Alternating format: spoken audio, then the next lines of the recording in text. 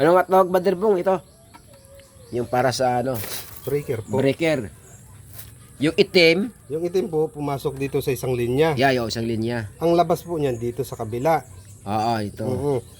Pero, pinagsama na po natin yung linya niya, kaya naglagay po tayo ng jumper. Okay. Isa dito, kinunik ko po sa kabila. Kaya lumalabas po, itong dalawang ito, positive lang ito.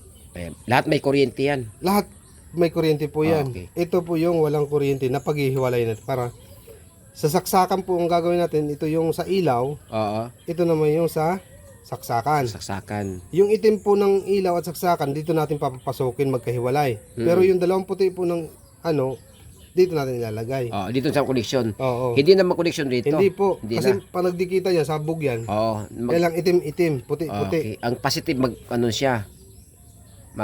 Magsama na. Opo, pagsamahin mo Ito din yung itim. maging negative natin. Yan, may yan ang magiging negative. Ibig sabihin, itong isang wire, ito, Oo. ay ipasok dito. Yung isang itim dito. Oo. Tapos isang puti dito. Opo. Ngayon, Okay. saksakan lang yon. Oo. Ngayon, mapasok ulit po ng wire para na naman sa ilaw. Oo. Kaya dalawang papasok po natin yan, dalawa. Sa ilaw na naman dyan, papunta. Kaya yung itim naman ng ilaw dyan, yung puti dito. Okay. Magkakasama lang po sila. Oo. Ayos, kuha na. Opo. Ayan pala ay. Okay.